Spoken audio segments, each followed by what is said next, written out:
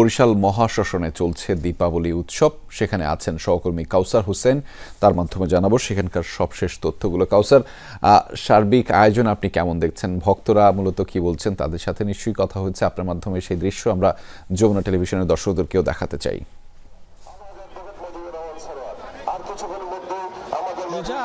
ভূ চতুর্দশী অর্থাৎ কালী পুজোর আগের দিন, এবং এই ভূ চতুর্দশীতে বরিশালের যে মহাশ্মশান রয়েছে সেখানে শ্মশান দীপাবলি উৎসবের আয়োজন করা হয়।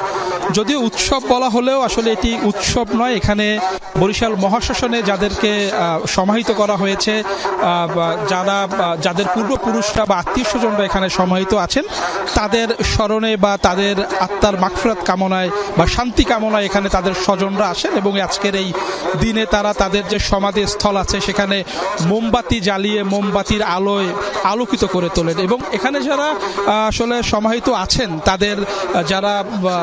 তাদের জীবিত থাকা অবস্থায় সব খাবার পছন্দ করতেন, সেই খাবারও কিন্তু এই তাদের যে সমাধি আছেন সেখানে পরিবেশন করা হয়। এবং আজ সারা রাতি এই দীপাবলি উৎসব চলবে, এবং শুধু বাংলাদেশ নয়, দেশের বাইরে থেকেও, ভারত থেকেও এখানে অনেকে আসছেন এই দীপাবলি উৎসবে অংশ নিতে। এবং এই দীপাবলি উৎসব যাতে শান্তি শৃঙ্খলাভাবে অনুষ্ঠিত হয় সেজন্য আইন শৃঙ্খলা রক্ষাকারী বাহিনীর কঠোর নজরদারি রয়েছে।